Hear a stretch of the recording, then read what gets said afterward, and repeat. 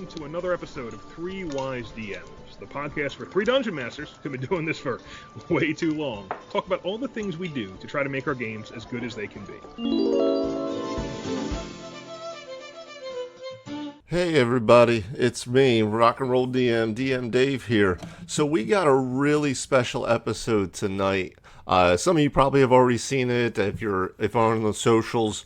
But we got invited over by our friends over at Tabletop Journeys, Luanika, Josh, and Glenn, to come on and chat a little bit. So they were kind enough to let us use their episode for our episode as we try to corral 6 DMs all together to talk about shared universes.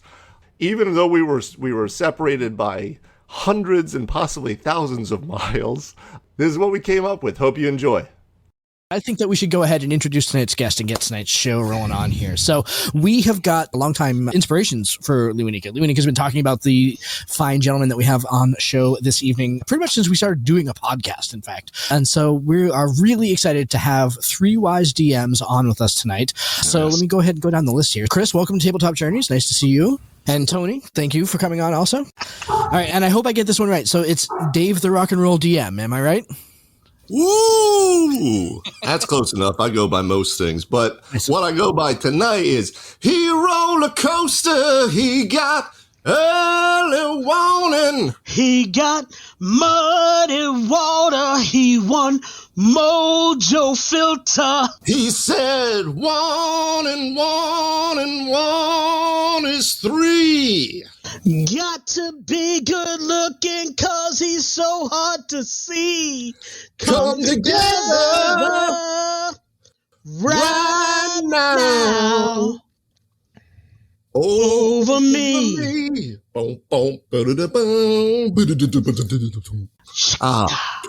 Yeah, dude. Oh, sorry for bogarting in on the chorus. My bad. No, I was hoping that it would inspire everybody to just start going like, yeah, dude. No, like I said, I'm an academic musician, man. I don't actually say that's, but man, no singing with all your music background, Josh? I was a low brass player. He lies. Man. That was He'll play the instruments behind you. It's okay. Yeah. Many a night he was my backup singing Linkin Park. I was going to say, I've seen him do karaoke, so he is lying. Okay, now, I used to be able to do the high parts whenever we sang Styx also, but that ship has sailed about 10 years ago. But kudos to you guys. That's tough to do over the internet, to go ahead and stay as synchronized as you guys were. So nice job on that. Yeah, all the cuts and stuff. Yeah. Okay, so now I'll fix it in post. Yeah. I'm sorry. I want to like scuttlebutt the whole idea of the episode. I just want to talk about Dragonlance now. I didn't know that this was a possibility. I didn't realize. I wasn't told. Yeah, that was a very cool review. All right, since we've opened the can here, yeah, might as well. So they're getting ready to do, or they've actually started doing some Dragonlance stuff based on the latest campaign book that came out. Yeah, we're running the Shadow of the Dragon Queen. Yeah. Nice. Oh, how is it? I love it. It's my favorite out of like the published 5e stuff. It's my favorite so far. I think they finally really threaded the needle on this one in terms of a lot of things: adventure hook, character involvement, story, all of that. Yeah. Our Dragonlance publication won't be anything crazy. It's not going to be anything giant. It is 3 subclasses that we originally wrote to go in our subclasses of the multiverse book that we had to pull because obviously we couldn't put Dragonlance material out on Kickstarter. Yeah, sure. So we're like, Dragonlance is coming. So our plan is to try to release about the time the next book comes out. Like an Oath of the Brightblade for the Paladin. That's awesome. Yeah. Oath of the Brightblade Paladin, Way of the 3 Moons Monk, and Path of the 3 Eyes Barbarian. We actually had the pleasure of doing some freelance work on a Dragonlance publication that came out at the same time as the WotC product last year. We did one of the 2 adventures. First tier adventures. The Dragonlance Companion by Splinterverse Media, yeah. Yep, there you go. I have seen a lot of third-party stuff coming out right now, and it's exciting. In addition to the fact we're on it, I highly recommend that. There's some really good material there. Some of the items, some of the spells, a lot of the flavor is really strong. Our Tier 1 adventure, I thought, was really good. And again, a little patting ourselves on the back on that, but it was just fun. Like, I literally wrote the kind of adventure that I wanted to play in. When we started putting together some of those encounters, I'm like, this is going to be a fun adventure to play. Like, I want to be in this situation. I want to have characters in this situation. And I think on some level, if you're in the content creation business and you're not writing something that you feel that way about, you probably need to hand that job off to somebody else. Because if you are not so inspired to want to play it, then there's probably a problem with what you're writing. So I would hope that most people feel that about their work. I know I was really excited about this project, the NPCs, the characters, and just thinking about the way different characters could interact and characters I played in the past. What would they do in this situation? Learned a whole lot, too. It was our first full adventure. It was also our first collaboration with a full-on publisher, because Jimmy's been in the publication business for a long time, and now he's doing his own thing. And we learned a lot about organizing our process as we worked with Jimmy as well. That's awesome. It's a very rich world of lore there to work with, too, which helps to be able to create on top of it. You don't have to start from scratch. You can really start to shine things up there. Yeah. And on the heels of the Dragons of Destiny, when that had come out last summer, which I immediately bought, was listening to on audiobook while we were working on this, it really informed the process. Like, I just felt Kryn. I felt Ancelon. I felt when we were writing about the elements in our adventure when you are in Solus, it was around the time I was through the chapters where the characters were in Solus, and you had all the heroes of the lands that were back in Solus and going through that process in the book. No spoilers. I felt I was there again, and I loved that feeling about it. So. Yeah, I had gone back and read through Autumn Twilight and Spring Dawning just to get in the headspace again, the idea of it. I did exactly the same thing. Like after reading Dragons of Destiny, I went back and I read like that original, the Seasons quadrology to go ahead and get Chronicle. Yeah, there's and they were just as good as I remember too. That was the coolest thing about those books, is that particularly Autumn's Twilight was just as good as as I remember it. And I was really worried because sometimes that happens media when you're like in your teens, right? And then you watch it again in like your 30s and you're like, oh my, I always keep thinking about the movie Slapstick, which might be too old for all of y'all. Maybe not you, Chris, but like the movie Slapstick was this old like hockey movie from the early 80s. Yeah. I see you shaking your head. You remember, right? Yeah. I remember it being awesome. And I watched it, I don't know, not that long ago, maybe 10 years ago or so. And it was like, this is crap. Why am I watching this? So anyway, I had the same feeling about Men at Work. There were a few. I still can watch the Arnold ones, though. The Arnold ones I can still watch. They're a little campy, but I can still watch them. Yeah. Commando, just watch the director's cut. If you need the director's cut of Commando, there is. And it actually adds more to the story. I felt like I was more involved there, like when he's dropping Sully off the cliff there. I thought that really hurt. So. Tony, I did not hear you besmirch the Ralph Bakshi Lord of the Rings cartoon. Oh, he sure did.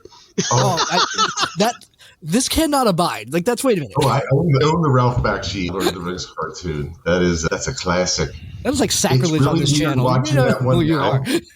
The animation and the amount of times that it's somebody running around in like the costume with a little bit of stuff on versus the actual animated parts is pretty remarkable. But I love Gandalf in that one. I think he has the right level of enigmatic mystery.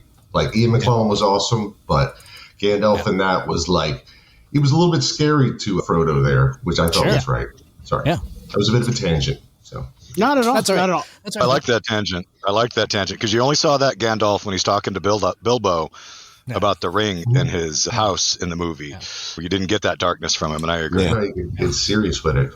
No, I actually picked up the Free League. They just released the Lord of the Rings. Never started doing that.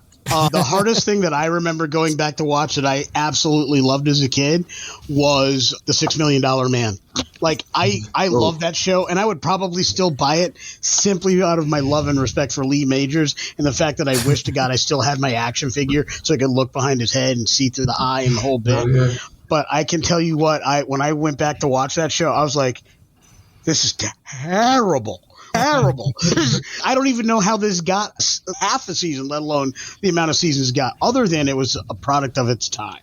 It really was. The 70s and 80s. That was very no show had backstory. I always thought that there was some great backstory to it, and if I ever got to go see the first episode, I would be thoroughly amazed. And what I realized is what the only backstory to that show is the actual opening, where they join crashing. That's the whole backstory for the whole show. Oh, God, yes. Dude got broke, dude got rebuilt. Boop, that's it. That's it. I have to watch it a million times, right? It's so awesome. He's running fast. Just the Next sound. thing you know, he's stuck in quicksand and fighting a Sasquatch. That's all I know. And I'm like, wow. It's funny how sometimes the world is like the smallest place ever, right? Because there was somebody earlier it was on Facebook or Instagram or something, had posted the opening scene to the series, The Incredible Hulk. And it basically begins with Lou Ferrigno hitchhiking. There's no backstory to what happened to the character in The Incredible Hulk. That's not Lou Ferrigno hitchhiking. Not Lou Ferrigno. No, you're right. That's Bill Bixby, the Bixby, David Banner actor. The Hulk does not hitchhike. Banner. The Hulk picks up your car and throws it. And throws David it. Yeah, I knew it wasn't. I knew it wasn't Lou Ferrigno. As soon as I said Lou Ferrigno, I was like, "Wait, that's wrong. That's not." Well, again, he's one of the two actors that play that character. Very much a product of its time too, because he was David Banner in that one, not Bruce Banner. Yep. Because in the 70s, they considered Bruce to be more of a homosexual name, so they didn't want that to be the lead character. So they turned it to David Bruce Banner. Yep. And Marvel followed suit by actually making that his official full name, because the show was so popular. Marvel actually did that in the comics at some point, that it was Bruce David Banner, and to keep some kind of synchronicity with it. Shared world action. All right, so unusually about 20 minutes into our episode tonight with guests, we're going to give you guys the chance to go ahead and introduce your show to our listeners after a long diversion there. What is Three Wise DMs? And I don't know, what's the nature of your show? It's a podcast and articles about helping DMs run their games better. I think Thorin, our friend, he had that vision for it, that it's difficult sometimes to run games. It's a difficult system. It's difficult to get people together, to stay fresh with things, to find places to go. And it's a way for us to be able to use some of the knowledge we've gained over the years to help the people that are willing to get up in front and be dungeon masters, right? Everyone's a player, but only some of us are dungeon masters. So I think we try to be a champion for them a little bit. Yeah, in the end, we started it out as, it's like Chris was saying, it's for DMs with problems. When you are running the game, you're going to run into things that every DM runs into. And that's what we started it with. It was Thorin talking to Tony and I about, we started to have conversations about games we were running. And we said, this is a podcast. This is stuff people might want to actually hear. Who knows? It turns out they did, at least a little bit. But yeah, it's just we sit around and talk about the problems we have while we're running the game. And we have found from listener questions that it's all the same questions in the end. You know, kind of like what you guys are doing here, right? Yeah.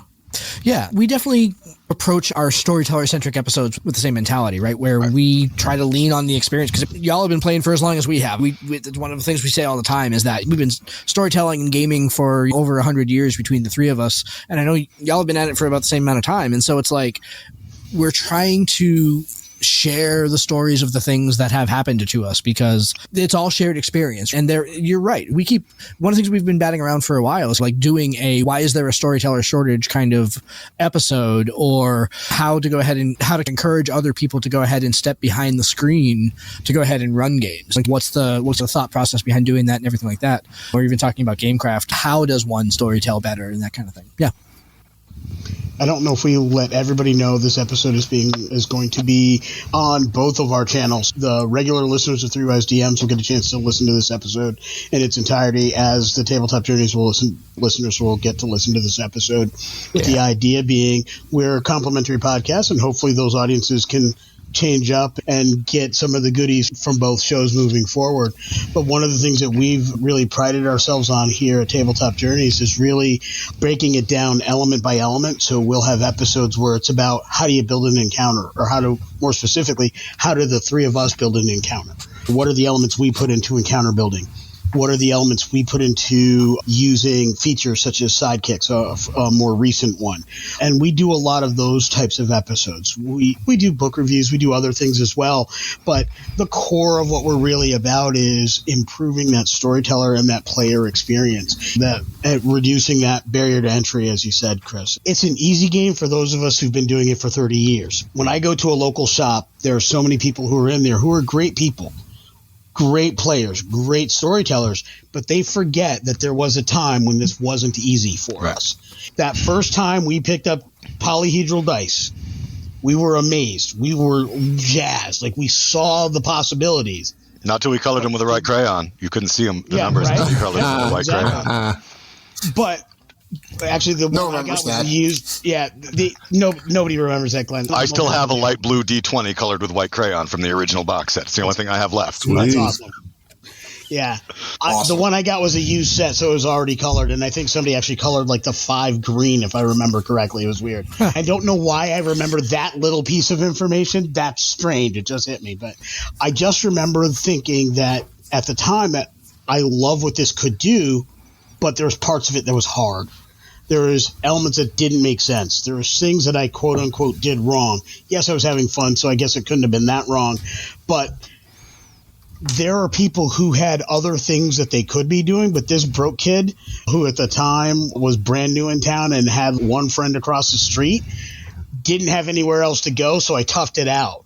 But in the world of the internet today, where you got 80 billion cable channels, 4 jillion streaming channels, a movie that you can go drop half a C note on to go see, or whatever, and all these other things you could be doing, the reason why I think there is a shortage is people don't have time for things that are difficult. They're just not going to take the time. If it's not readily available to them, it's not necessarily something they're going to put that time and effort in. So anything we collectively in the podcast community can do to lower that barrier to entry is only going to build this hobby up. Summed up in our tagline, let us help you make your next role legendary. Yeah. ROLE, So, whether you're a storyteller or a player. Yeah, I think people get scared by it. I know my friend Lenny, we had him on an episode here, and he got into it, and then I got him he started to run a game himself, and listening to him talk about the things that he's going through and the stresses and wondering if he did it right. No, I think I blew that roll last night. And I'm like, oh, don't worry. We were all laughing. We had a great time. And him starting to see that journey, but it's difficult. There's this aura of it's different than being a player. It's a little bit harder. So I think it's nice that there's a place that there's a community like us for people to go to that have those issues. Yeah.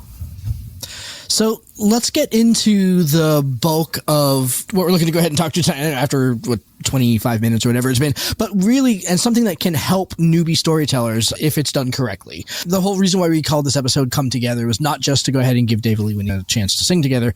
Shared a valid reason in and of itself. Yeah, that's fair. No, totally it is. We're going to be talking about shared game worlds. And the reason why we're talking about shared game worlds is, turn the microphone over to our friends from Three Wise DMs here a little bit here again, because y'all did an episode about this about a year and a half ago, talking about campaigns that the three of you were running that were all kind of taking place in the same game world, or at least under the same umbrella. To set the table for our audience a little bit, talk to us a little bit about what y'all were doing and how did it work, and then we'll kind of get into the conversation as a whole, because there's a lot of parallels between what you guys were doing with that and what we're doing with our content creation side. Well, at the time, we were running Forgotten Realms. Chris was using the Juggles of Chult adventure for the Tomb of Annihilation. I was doing Storm King's Thunder, and Dave was running Rime of the Frost Maiden. So we all had parts in that world. We all had kingdoms that were running independently of each other.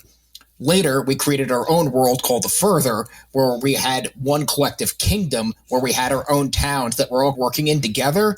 And like Chris and I were building like a town like Black Click collectively. That was both of our project there. We're fleshing out the flavor and details of it. So I'm gonna say that was like the high overview of it. So Tony had originally started running. He ran an adventure for one of our groups in Storm King's Thunder, which was super cool. We've talked about it on the show a ton.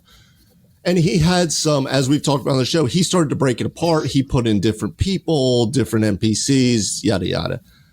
I then start running Ravenloft. I start running the Curse of Strahd campaign. And during that time, I started to play with the idea of, I would really love the idea that the group we had in Storm Kings exists with the group that's happening in Curse of Strahd. That's where we started with when we were talking on that episode about how does this work and what do you allow and how do you leave enough room for the other DM to have some wiggle room and stuff. Yeah. And now we've taken it even further because, as Tony said, Chris had started to run Tomb of Annihilation and stuff. And we were like, maybe that's in this world. And at this point now, we've pretty much just started from the ground up and created our entire world, which we're calling The Further. and we're starting from the ground up, that we took an idea almost like a West Marches style, where the further is this open-ended thing. It can be whatever it needs to be. And these kingdoms and lands that we all develop that run by our rules exist on the outskirts of this gigantic, unknown, untraversed wilderness type of thing. And so we've started to play into this, like, all of us are playing in that same world, which harkens back to the earliest days of D&D, because I always said, like, all of these are happening in the same world, and then they started to break it out into the multiverse. And I mean, you see that with the MCU and stuff. You could just keep tacking on, and then it's almost like an improv thing, because it's a yes and, because Tony does something and I can't just ignore it. I got to do something now. And Chris says something. Now I have to figure that out. And that it's fun. And you guys had started talking about that on some of your episodes, and I was jazzed to delve into that, because that's some high level stuff, not just for newbie DMs, that's for experienced people out there too. Take it back even a little bit further. Like, it was over. We keep using the word further here, just all plugs for our homebrew world. But it was back like in Marvel comics, all the comics, there were always like crossovers and stuff. So we were playing Face Rip. The Face Rip system, right? The original Marvel role-playing system there. And great system. What started to happen is we had a campaign going, and it was like, what if there was another group that was in this world, right? And it didn't have to be anything crazy. Like, it's not like I'm building a world here, but then I start to have other people that are there that can actually interact. Like, we have these campaigns like Ravenloft, like my Sir Scar doesn't meet the guy from this other campaign or hear about him. We're sharing it, but it's not shared. And with this, we were able to, like, with that and the Marvel idea, you take that and people can mix and match. And then with the further, you can take it. And then the idea is that we can take some of the published adventures, and they don't necessarily need to exist. We can have them exist in the same space. It can get a little bit crazy because you can't necessarily share everything. Not everything goes together well, and you can find yourself just forcing it just because it has to be inside of your world. But it just adds so much more depth, because then I can actually be talking about the history of a character who is actually a character in a campaign versus that. Like, we're playing the Dragonlance, to harken back earlier. What makes it so powerful is you're talking about this history of this world over these hundreds of years, and there's all these things you can call back to this history. With the shared world, you get even more of a deeper connection to it, because it's actually, you were the Bright Blades back in the day in your homebrew world, and now you're playing it in the second age, and you can call back to those things with different campaigns. Chris just wrote an article. You could probably find it on our website, threewisedms.com. Boom, there it is. But no, he wrote one, Ballad for the Bartender, all about how to make, like, 3 easy steps to make your NPCs much more interactive, much more immersive, much more real. Like, it's something we're always trying to do, make our worlds feel real. One of the easiest ways to make them feel real is this character that's gone from level 1 to 20, let's say, or whatever, exists. You already know their history. And if you meet them, Sir Scar, let's say, it's if I want to introduce Gandalf, right? Or we were just talking about Dragonlance in the start of the episode. If I wanted somebody to meet Raistlin Majir, I'm going to know exactly how Raistlin is going to be. I don't have to, like, oh, geez, let me make some notes on my session prep to see, like, how do I make this guy more immersive? He's already super immersive. So it's taking that, but in a world sense, not just with your people. I really like what you're talking about, where you're taking, like, one game world and you're adding elements from Ravenloft, and you're adding elements from Tomb of Annihilation, and you're adding all these kind of various elements and putting them into the same world. It's not unlike what we started to do with our D&D actual play a while ago, where we started just doing a run through of the Candlekeep Mysteries because we loved that book and we wanted to go ahead and start running through it. And then as the game started and as the game kind of progressed, like games often do, it became something else. And so it went from Candlekeep and then went into the Wild Beyond the Witchlight when that book came out. But even still, the missions in Wild Beyond the Witchlight were the scaffolding that held up the game, but there was all this other plot stuff that was happening around it. So, like, you could look at the missions and see, oh yeah, no, this is mission 3 from Wild Beyond the Witchlight, but the story was totally different. It was really like the mechanics and the structure was there, but it was something different. Yeah, just as a really quick aside, Candlekeep is super awesome. So Chris and I are actually brothers. He's my older brother, which we talked about. But my mom was always asking us, like, what is this? You're always playing Dungeons and Dragons. And so I ran her and Chris and my girlfriend Bonnie and our older brother Matt through the first adventure, The Joy of Extra Dimensional Spaces. So I ran my mom through that one. So it was awesome. Yeah. Oh, that's just awesome. As a little, when you said Candlekeep, I went, What'd she think? Damn. She liked it. It was so new to her, though, but it was so funny to see. She was like a born role player. Like, she got into the character. Like, she even named her character, like, her grandmother's name and had a whole, like, kind of a backstory as a healer and stuff like that. It was super cool to see the little aha moments people have when they're rolling funny dice. My dad, just since we're on parents really quick, my dad introduced me to D&D. He was my first DM, so I call myself a second generation player. He came home from Westpac because they started playing it on the submarine with some guys. Oh. And brought home the Red Box set and ran us through that. And then the next thing you know, he's playing all the time. But then later, fast forward 30 years or so, he'd gotten out of it for a while. And as I got back into it, he's sitting at my table playing beside Lewanika, and that was fantastic. And watching him sit as the player, amazing, special. Because I remember when we were in Scouts, he was our Scoutmaster for a number of years, and I remember him running at one time and playing and whatnot. And we could get in trouble for staying up late, but generally not if we were playing D&D, kind of like little crazy stories like that. But sitting next to him while he's playing a dwarven fighter who's all about the fight and just getting into it, and I'm sitting next to Senior, and I'm like, this is amazing. Like, it's such an awesome moment. No one will ever take that away from me. It was that good. He even brought like in-game table shenanigans to the table, which I didn't expect. Like, I bought these pirate doubloon things to pass out for inspiration, and when people weren't looking, he'd steal them. Take them. If you weren't paying attention, Dad would just take them. He would just like, whoop. Nice. It's awesome. The other thing that I wanted to touch on, and this is something that you mentioned in your episode specifically, was how you reconcile mechanics that may exist for one player but not for another. And forgive me that I don't remember the specifics, but you were talking, I think, Chris, you had a boon system in your game, right? Where may have been Dave, maybe somebody else, but there was like a boon system that, like, if you perform certain tasks, that you could gain these kind of supernatural boons from like a deity or something like that. And it was a question of, okay, it was you, Tony. Okay. So it's the magic of, I want to give these players these things in my world, or in my game, rather than saying world, but it's also got to acknowledge that they may not exist in Chris's game or in Dave's game. And so I guess I kind of want to I want an update on that. Like, how did that wind up reconciling, and how did that wind up working? Hard. It was sometimes, it was sometimes hard, because Tony's going to go into it about, he is a very generous DM, and he likes to make cool things, and that's cool within the game. But when you take it out of that game, it can get janky. Yeah, I only throw out like things like boons like that, where they're meaningful and could be impactful and throw off power curves when you're already pretty high level. I wouldn't do that at level 4, level 5, level 7, but like, you guys are deep into their careers, and I'm fishing around for fun things to give someone who's level 14, 15, 16, then you know what? I'll toss them a boon, and then I'll leave it back to the DM. If that really is going to be an issue within their game, that's up to them. But when they're in my game, it stands. Yeah, I was saying, I was being somewhat funny, because I like to rib Tony on that, just like he likes to rib me on not giving enough magic items out. But for instance, in the Curse of Strahd game, my girlfriend's character, Bonnie's character, Little One, she was a gnome artificer, played it wonderfully, but she was just a chaos engine. We've talked about this on the cast many times. She was just a chaos. She loves just crazy stuff to happen, right? So at one point, it happened that I gifted her the Wand of Wonder, which is exactly what you give to that player, because they love that, right?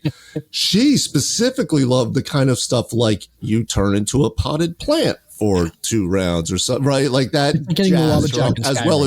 as well as I light fireball up in the middle of the room, whatever it might be.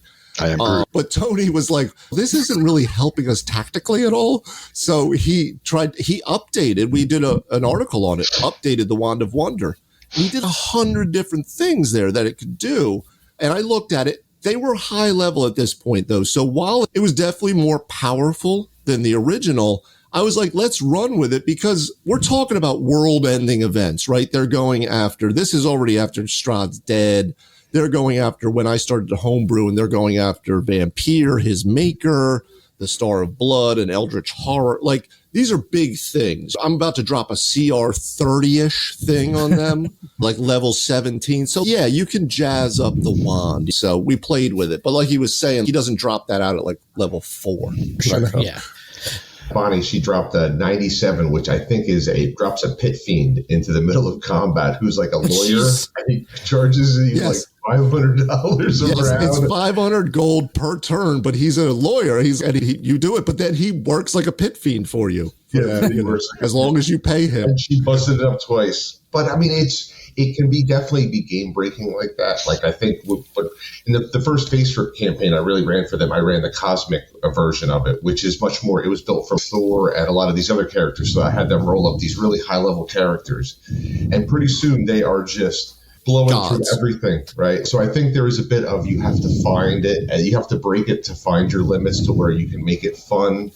And think like a lot of Tony stuff, it adds to the enjoyment of the game there. Sometimes you can break the game, but sometimes you can break the game back a little bit to the players there as much. It's not too bad. Yeah, Chris, that's a good point because like you guys talk about a lot on your cast, the different systems are going to, you're going to approach if you share campaigns, if you share games with other DMs, that will change depending on the system a little bit, right? Definitely. My first experience in this avenue was with a friend of the show and Patreon, Marty. He was that one friend I had who lived across the street from me kind of thing. And he DM'd for me for a while, and then he's, I want to play. And honestly, it was the two of us. So I was like, I guess I'm DMing. And our idea was we were just going to play in the same world. So we did that. Very rudimentary. Basically, what we were doing was grabbing modules, running modules with homebrew stuff in between modules. So like we plotted out where the modules were on the Greyhawk map. And if there was a module that we got, the hottest module, we had to homebrew adventure to get across to it. Love it. And so we do that or whatever, we travel. So, I had one main character, he had one main character, and we had a bunch of supporting characters that were built as main characters. I rolled many of them, he rolled a couple of them, and then we would each run them depending on who was playing and who was DMing, right? So basically, it was one DM and a party being run by the other player. And so this is how we did it for years, like probably 2 or 3 years. That was my D&D experience, but until I started finding other groups other than playing at Scouts with Glenn and that. Fast forward to college years, and I've got a friend who had already been doing multi-generational campaigns. So the player that played an elf in his first campaign, and they played up to about level 10 before that campaign ended, that was the only player who was a level 10 character the second campaign because an elf was still alive. Everybody else who came into something else started at level 1. And that's how we played. And then when that generation ended, if that elf survived or whatever, or they might have gone off to do some other thing. But we played those generations. And if you're playing a human, you just played your kids. Or maybe you just said, I don't want to play the family anymore and I'll play somebody else. And somebody else played your old family or whatever. Here we are 30 years after that, because that was when I was in college. So we're talking 94, 96. The live stream that Glenn and I are in is that same game world. Like I'm actually playing a character who is related, but mystically, to that character I played in 1994. When I rolled into a brand new town, walked into a shop. The worlds are kind of merging. Is the way that's going. Spiro's not the original world, but the old world of Alanis is merging into Spiro. Yeah. And then there's a second live stream that's there. But that's how we did it. And it was like really, in my mind, the formation of, okay, so DMs can kind of work together on this. And that was one DM who did all those generations. But while he was doing that, he had other DMs or other players who wanted to be DMs do spin-off campaigns. So I got to do a number of those spin-off campaigns. So same campaign world, it was in a specific time. Sometimes I had some of the other players, or sometimes it was players from totally separate groups that would come in and play characters. So we might have a campaign that went for 6 months or a year or a little bit more. And then I would just let the main DM know what had happened, and that all fed into the story and built up organizations, built up towns within this whole world. And that was my second experience with that. Glenn, I'll let you go, because my third experience, and one of the most gratifying ones, was the Palladium game that Glenn ran, and he was kind enough to let me run a couple spin-offs in as well. Yeah, we definitely did some collaboration there. They totally get y'all's dynamic. We run into that too. Lee Wanika is a very low magic player for his worlds. He does not like a lot of magic items. They come about it more often when you get into the higher tiers. And I'm not free with them, but I do math. And I'm like, okay, I've got 6 players. Everybody should have X number of magic items by the time they finish tier 2, roughly. So I've got to find ways to start inserting these things. And I go a little bit more. But it could definitely... What's that, Josh? I'm very free with them. I'm like, yeah, and Josh is very free. I'm right in the middle a lot. Happen everywhere, Yeah. For in-game reasons, but that's Always gives Benito credit for the massive continuing world thing, but I always redirect it back at him because he always goes to Benito for it. But Lee Wanika ran the generational game from that Greyhawk world all the way until we were in our 30s or so when he started playing in Ben's campaign. My character, the first priest I ever played and loved, Anaric Hammerfist, later was an NPC running a sect.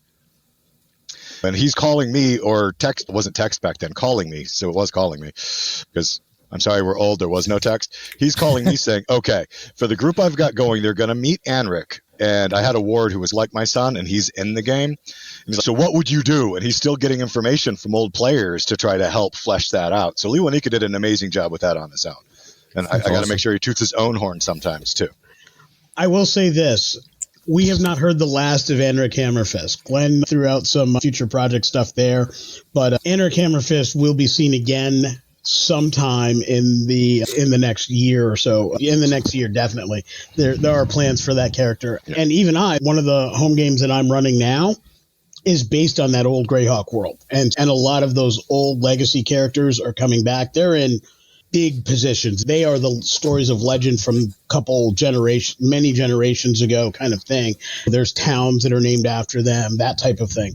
But they are very much a fixture in my game. So Anaric is due to make his return very soon. It's just funny because we are very similar. We have extremes and then somebody rides the middle between the three of us, generally speaking. There's something though, like a lot of times we talk about it in terms of players, like around the table when we're giving kind of advice for players and stuff. Especially for story beats, making sure you're getting enough spotlight, those types of things, so nobody's left behind. But I think in a shared world like this, or a shared multiverse, whatever you're doing, we always say trust your DM. And we usually say that in terms of the players. Trust your DM to bring you along, that they have your best interests at heart. Mike Shea from Sly Flourish will say, be a fan of your players, right? You're watching this happen, the movie, right? And you're like, yeah, let's do this. So trust your DM to have that idea, even if it's not right now, it'll happen. And in the same way, if you're sharing it with other DMs, trust that there is that give and take. Trust that they're not going to completely implode what you're doing with your side of the world. Yeah. And when we were talking ahead of the show here, I was saying that episode was really interesting to listen to for me, because what I found was a lot of commonality between what you guys were talking about on that episode, but also what our process was, maybe less so on some of our earlier books when we were just starting out, but a lot on this last book, the book that we just did on Kickstarter last fall, talking about how we were going to hammer out some of the mechanical things and a lot of the adventure stuff, like how we were going to go ahead and weave these together so that we felt that the book had an interior cohesion to it, right? So that the book made sense. It was ostensibly a book of subclasses that, as the stretch goals and everything were hit, more content kept getting added in. And then there's this like monstrous adventure chapter. It was less like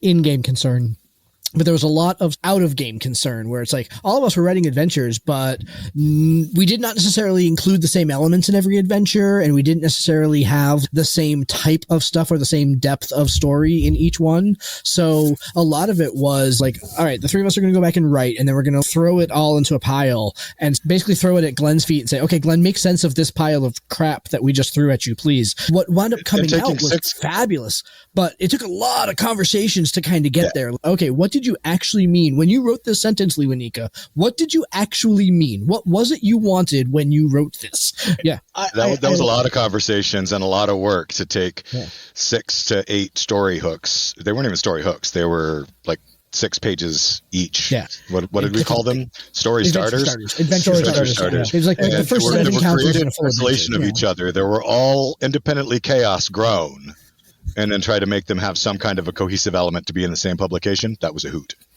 Yeah. What we learned from that is this time with this book, we created a template together right up front. Yeah, exactly. Yeah.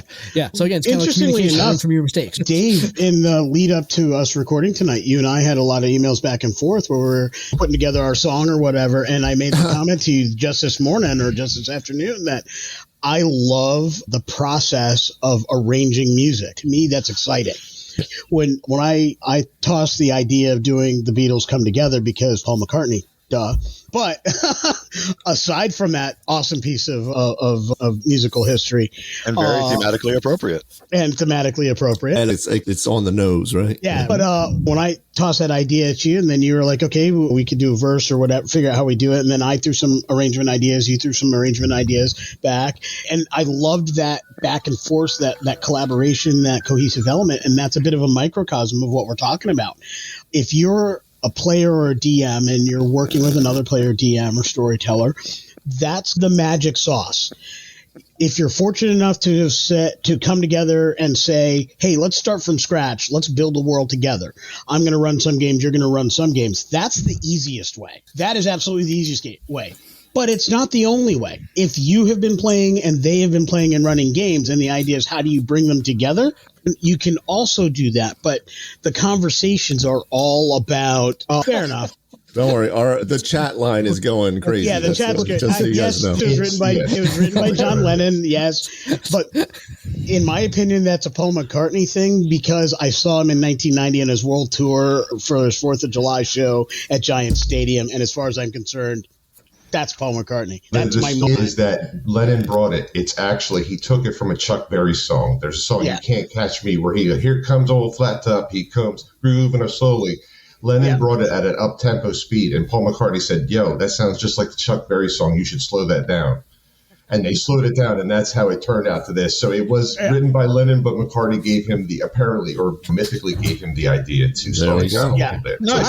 Exactly, but that works exactly what we're talking about, because the same thing you do for characters, right? The characters at your table when you're running it is the same thing you would do with a DM where you're sharing it, where you open up enough of the room for the mystery of the story to tell you what it is. Not for you to tell the story, but for the story to happen organically at the table. So slight topic change from our music history lesson, which was fabulous. But I kind of have a question for all of you, because this is something that I've been toying with and preparing to do with someone in one of my groups. And it touches on all the things we've been talking about, right down to the storyteller shortage. Because not everybody wants to take on the work, right? And a lot of people are intimidated by it. So I'm going to tell you what I'm about to try to do, and I want to know what you guys think, or if any of you have ever tried it before. So basically, I have someone in one of my games who's interested in storytelling, but they're scared. And so what I'm trying to encourage them to do, we're having talks at the moment, is, all right, I'm running the games right now. You and I can start talking about storytelling in the world a little bit without giving you too much information. And if you want to try it, then let's write an adventure together in the same world. I'll sit down at the table and play in it. You be the storyteller. I'll be there to back you up and develop them that way. I think that's going to help, one, work on the collaborative world building, and two, give them a better idea in a tutorial kind of sense for how to run the game. And I'm hoping that's going to be successful. Has anybody ever tried to develop a storyteller right out of your own game like that? I think when I worked with my friend Lenny, he wasn't into it for years, and then one day texted me because of Stranger Things and said, "Oh, I'm really into D&D," and we started talking about it. And he wanted to DM something, and so we got him involved in our Tuesday night game, and got him into seeing what it was actually evolved, and then having him run his own game after that with the same group. It's not quite the same where it's the same world. I think in your case, you're providing a little bit of extra lift on the story side where you're saying you don't have to come up with all this. I'll give you a nice base and you work with it. Correct. But in the same sort of tutorial way, we do it all together. Everybody's at the table, and then, okay, now you do it now. And it's a little bit less intimidating because the guys in the room are still the same three of us. It's just now you're running it. And so I think it makes it a little bit easier to get into it because you're not just coming in completely dry there. Like you have a shared interest. So when you're an inexperienced DM, it's nice to just allow them to focus on actually telling the story, working on their NPCs, doing their descriptions. And if they get tripped up on the rules, well, they've got a seasoned DM right there that's, hey, this is how it works. Yeah. No fuss, no muss. Yeah. Kind of like Joe in our Star Trek Adventures games. That's exactly what I was just going to say. Resource. Yeah. And so I think that to answer the question about like how to proceed down that path, my first question would be, what is it that they're most nervous about? If they're nervous about the rules, forget it. There are enough people with the books, with the dice at the table to go ahead and smooth over that. And if they're worried about the storytelling aspect of it, then that's one of those things that really just gets better with experience. I'm sure that you guys would feel the same way, that I'm a much better storyteller now than I was when I was 15 or when I was 18 or when I was 21. The more that it happens, the better you get at it, because you start realizing what your options are, right? That's the biggest thing that for new storytellers that I would say is, you don't have to know what you're doing when the game starts. What you have to be aware of is, what are your options? Where could you go? What can you do? We talked about this a little bit on our story construction episode a couple of weeks ago, but it's come up with 3 things that you know you want to do in that 5-hour span, and make sure you hit those 3 things. But everything else that happens in between is absolute gravy and chaos and beautiful nonsense. And as long as you hit your 3 points, everything else is going to be fabulous. But don't get trapped in analysis paralysis, right? Don't think that you need to script everything that's going to happen for these next 5 hours, because you will go insane. I used to do that. Because you can. You will go insane. Yeah. In order. You have to go here next. Right. No, Yeah. go back. That's not playing a game. That's reading a story, no, right? Which is a different fun. Yeah. So you're absolutely correct. And our Star Trek Preservations game and what we're doing with STA, the 2D20 system by Modiphius, is a great example of that. This was a game that I wanted to be all in on last summer. I still needed to digest the rules, figure out how to play this game, how to run this game, or whatever. We were working on our book at the time, so it would have been totally unfair for me to say, hey, Glenn, here's a new game I want to play. Learn the rules. Tell me how to play the game, and then I'll run the game. I usually just throw it at Glenn. Glenn learns the system and tells me the stuff I need to know, because all I know is story. And I love Star Trek, so I know Star Trek. Like, I had the story in my head. He's much better at mechanics than he used to be. That's more of a dated statement than it actually is now. But I'm like, no, I'm going to learn this one on my own. And fortunately, the system's easy enough where that was possible. But there are a few little wonky challenges in there to get the system down. So I spent, while we were working on the book, some time learning the system, listening to other podcasts, and going out there and figuring out how to do this thing. Along that way, found this great GM for the Star Trek Adventures game, who was very excited when he found out we were going to be doing an actual play, and more importantly, that we were just going to be playing with our Patreons. He joined our Patreon immediately. Wanted to play instead of run. He just wanted to play. He's a forever GM in Star Trek Adventures and just wanted the chance to be able to play. And I was, to be frank, fantastic. Very nervous, right? I've been GMing for years, but this is a new game, and it's Star Trek. I have so much history with Star Trek. I was freaked out about not doing this IP justice, or not giving it its justice, right? And one of the things through my conversations, Joe Harney is his name. One of the things with him is I felt very secure that I didn't have to worry about the rules. So thanks, Joe, for all of your help. Yeah, absolutely. I felt secure. Also, in a number of conversations with many of the freelance writers for the game, like Michael Desmuke, who was on our show, Al Spader, who's been on our show, conversations with Jim Johnson, who's the line editor for Modiphius. The Star Trek Adventures fan community is amazing. They are so welcoming and wonderful. If you have questions, go on one of their Facebook groups, any of them. Ask a question, and within a day, you've got like a bunch of answers, and almost all of them are positive and helpful, right? So once I realized that was the environment I was going to be working with, it made all the difference. I knew the story I was going to run, how I was going to adapt the printed material, and it was just when I hit a rule snag, Joe was like, hey, do you need help with this? And yeah, step in. And he did. And that's what, Glenn, you're talking about is basically Joe's your example for that, at least as far as STA goes. And if we as storytellers are doing that for other players who are interested but have little pain points that they're worried about, can step in to help that, we can grow the number of GMs in this hobby by leaps and bounds. There's 6 of us here.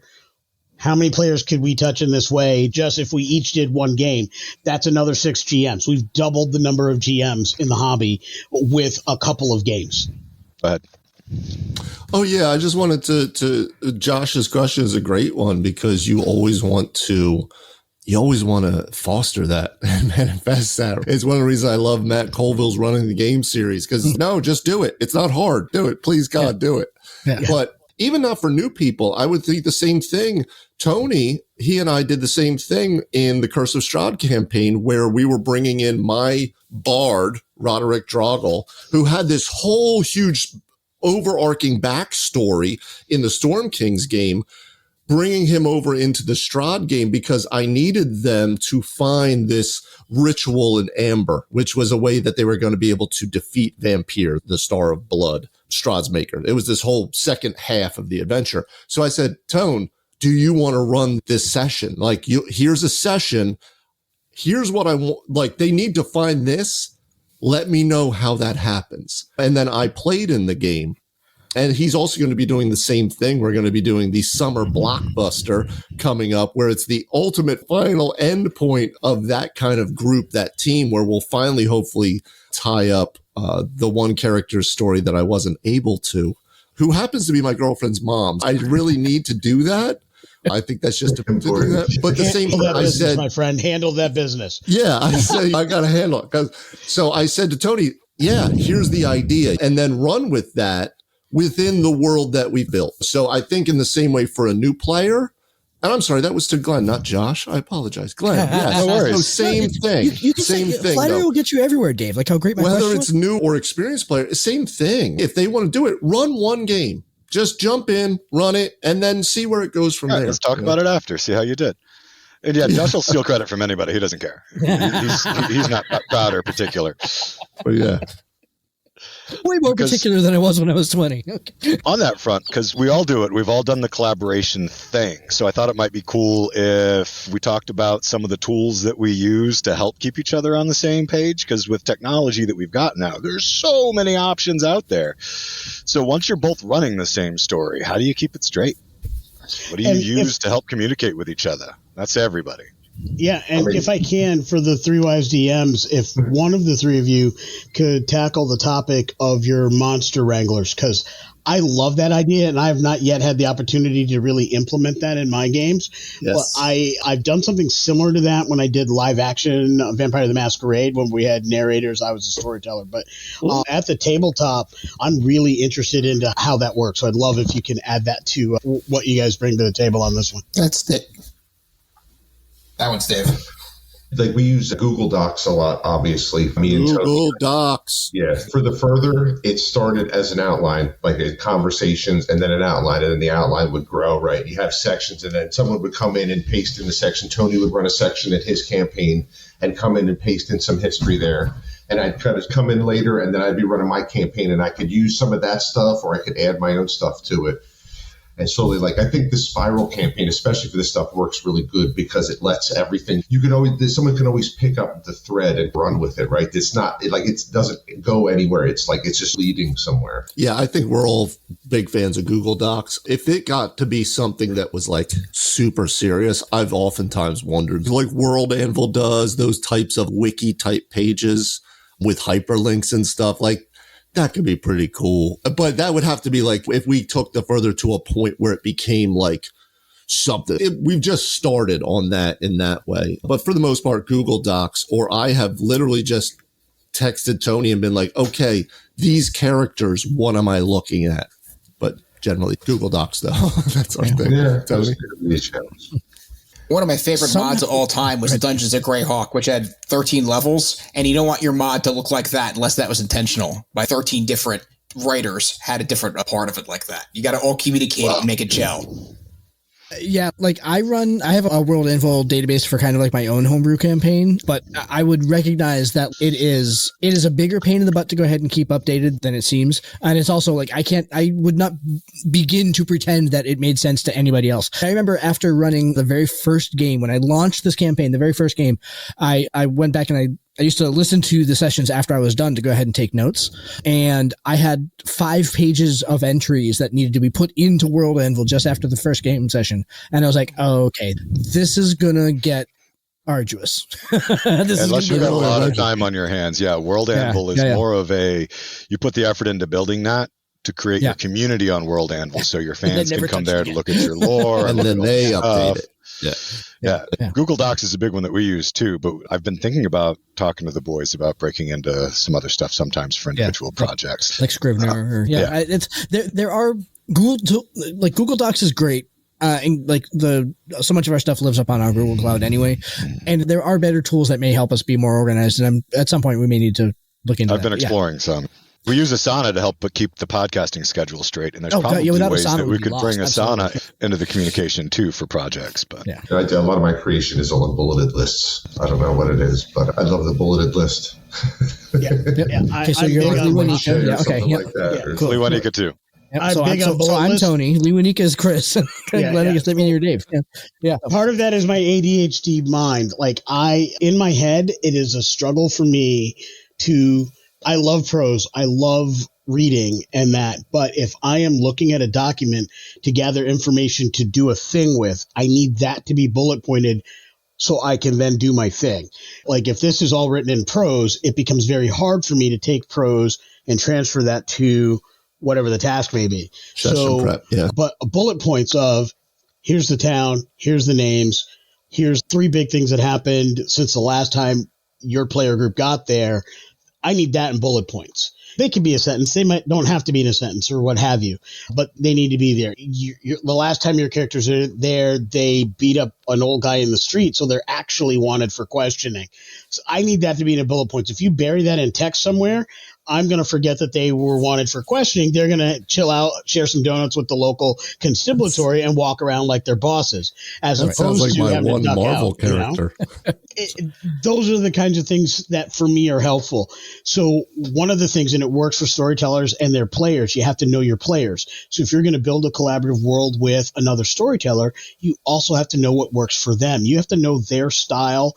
You don't necessarily have to fill out some fancy sociological test or whatever and know if they're type A, AA, or A plus, or whatever the latest, greatest thought is.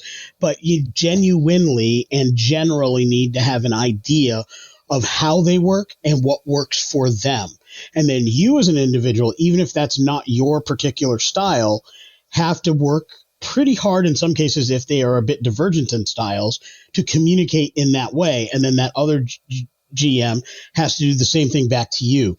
You almost have to reconsider the way you communicate when you're building together so that you're on the same page. One of the things between the 3 of us, because we all have slightly different learning styles, complementary playing styles, complementary thought processes, likes, loves, wants, dislikes, and that. But one of the things that we don't share in all aspects is that communication style. The big joke around here is Josh speaks fluent Lewanika. Lewanika is not as good as speaking Josh or Glenn at any given time. And there are times where I will try to type something, I get question marks, crickets, or what the hell are you trying to say? And then this is going to be much easier if I am not going to be able to type this out right now. It happened earlier today. Earlier today. I could have we honestly could still be having this conversation if I continued to try to type it. I was never going to be able to get those words out in a way that made sense. But if you work with somebody long enough or you know somebody long enough, you figure that stuff out and you find the best way to communicate, and then you try your best to communicate in that way. And for DMs who are considering this out there, give yourself some grace. It's never going to be perfect. A mistake, an error, a miss, something's going to happen. You can navigate through it. Once the events happen, we'll probably pop back on the show at some point and tell you about one of those for the Star Trek Adventures game. There was a miss somewhere along the way with the way something happened. We figured it out when we were editing episode 3, which hasn't aired yet. And we're like, or episode 2, which hasn't aired yet, or whatever it was. I'm like, we can fix that though. So we just came up with a way to fix it. It's been fixed. And then once that episode airs, we'll talk about it. But genuinely, it was actually funny. It was just like, I meant that. It was either a typo or something that was misseen at some point, but they were supposed to be whatever. So XYZ, right? Yeah. Those things are going to happen. Allow it. Don't sweat it. At the end of the day, we're playing a game and we're having fun. It'll be okay. Walk right through it and your players won't even know. Yeah. Here's the beauty of that. 'Cause even within its own world, like, when you go through the lore we were talking about earlier, Dragonlance, you go through the lore of Dragonlance, all of it is contradictory throughout the entirety of it. So it doesn't even matter when it's the same writers or the same world. So You could it's a good point shoehorn too. it in. Is that communication is the key in a shared world. If you're sharing between DMs, you probably want to over communicate a little bit just to make sure that everybody knows exactly, at least the parts that they need to know, right? Like I think there's parts of it that are yours, but the parts that need to be part of the shared thing, like you need to know this. And then if they make something that breaks it, I think that's part of the fun too. Is you have to then work on the fly and figure out how this works in my world. Now that there's this magic item here, how does this work now in my campaign versus the campaign where they got it in? So how do you explain it now is part of the fun. But Lou and Eagle, what is your question about the Monster Wrangler? Yeah, I just like, how did the idea come to you? Like in my head, it's like it never would have dawned on me. And there's a number of end of campaign scenarios where you're fighting the big boss, and in order to make it as scary and as exciting and as challenging as that, I would need to have this slew of minions and this cadre of lieutenants, as well as the big bad, as well as all these environmental things happening, which Glenn is a pro at for environmental stuff happening in an encounter. And it never dawned on me to just have somebody else run the monsters. Yeah, absolutely. And like, how did that come to you? Yeah, I steal very well, like any good DM does. Not the way I necessarily used it, but if you go back, Matt Colville in his Running the Game series does an episode where he talks about a quote monster wrangler, but that's more like a player is like tracking like movement and hit points in a big encounter or something like that.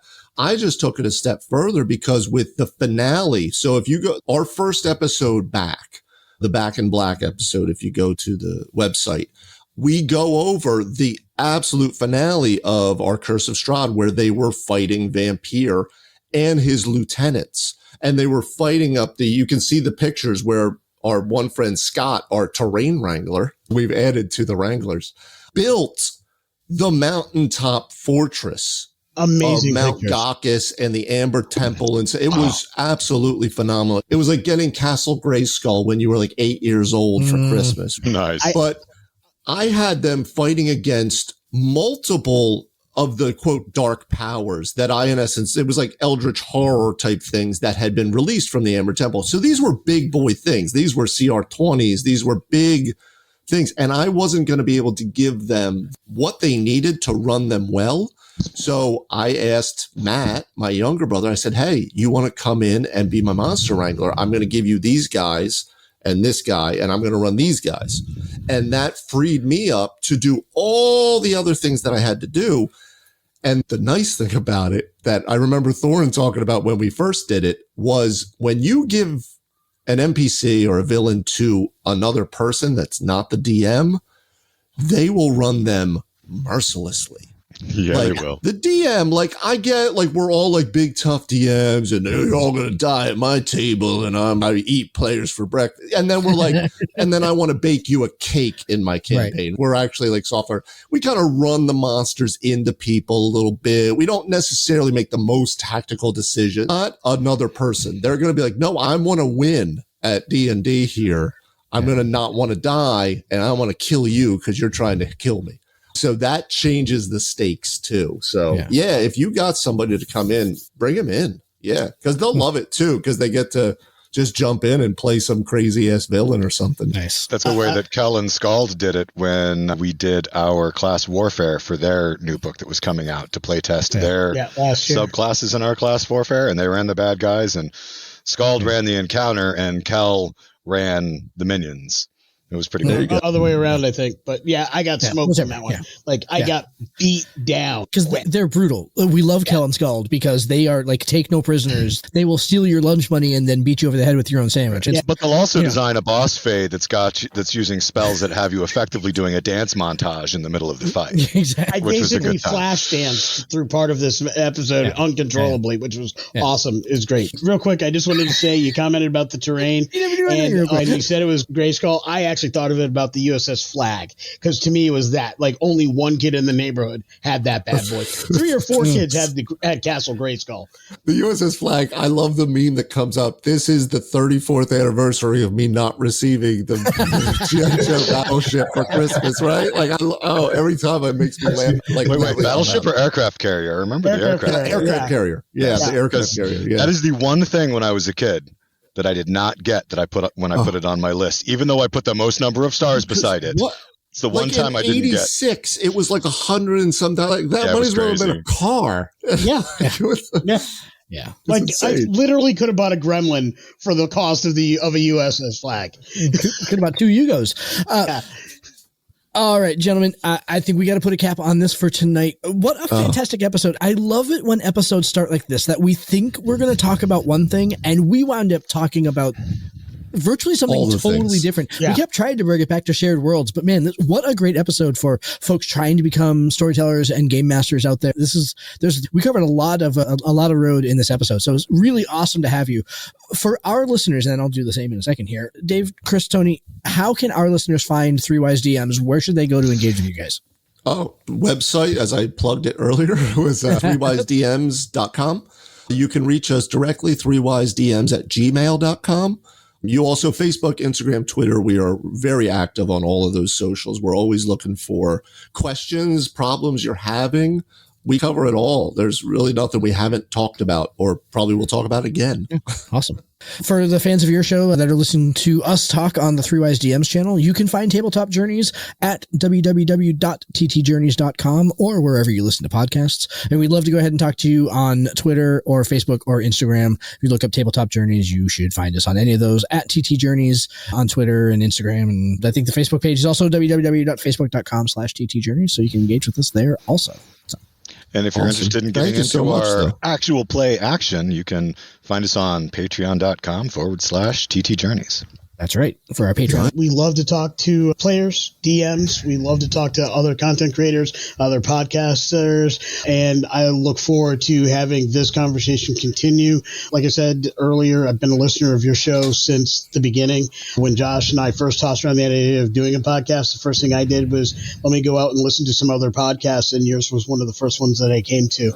And I'm awesome. Like, I dig that. And I love the fact that you're taking these questions. We do questions from the audience episode every so often, and a lot of that very first one was an idea that I'm like, well, these guys are doing this every week. We got to at least do this a couple times a year. Yeah.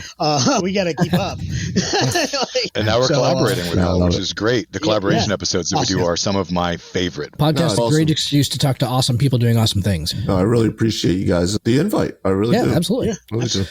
Yeah, let's see. So next week we're actually going to get, so we talked about our NPC episode a couple weeks ago when we talked about sidekicks in particular. We're going to break out our NPC episode, start talking about how to craft NPCs. Dave, that you mentioned Chris's article about NPCs there. I was looking it up while you were talking. So that is now in my reading material in advance for that week. Gentlemen, thanks very much for joining us tonight. Glad to have you on. And thanks for recording with us. So thank you very much, guys. All right, everybody out there listening, thank you very much for listening. And like I said, we'll talk to you next week when we talk about C's. So you guys don't have to close us out with a song like Shana Na Na Na Hey Goodbye or something. We gonna carry that weight a long time. Something like that. Something like fantastic. And that was Dave, your rock and roll DM. We're gonna do a duet. We'll do a duet record, singing the crits. It'll finally happen. I love it. I'm all in. Yeah. I am all in. We'll get Josh's son. He'll be our second. Sequence some background. Yeah, there you go. Yeah. All right. Good night, everybody. Have a good night. Good night, all. Later. Good night, guys. For all of you listening to us at home, thank you very much for tuning in for another episode of Three Wise DMs. Now, this particular episode was not based on a reader question, but many of our episodes are. So if you'd like to hear us talk about an issue that's specific that you're interested in, please send that to threewisedms@gmail.com.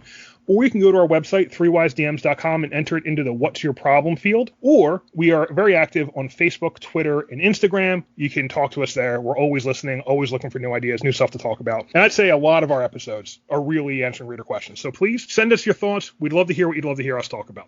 Also, if you have not been to threewisedms.com, please go check that out. We post an article there every week. So if you like the podcast, there's about twice as much content on our website. Head over there and see if you like it. And if you like this podcast, please smash that 5-star rating button. Give us a review. Tell your friends. We really appreciate all the help our audience has given us in growing. The podcast has taken off. Thank you very much for that. We appreciate all the support. That's it for this week. We'll see you next time on Three Wise DMs.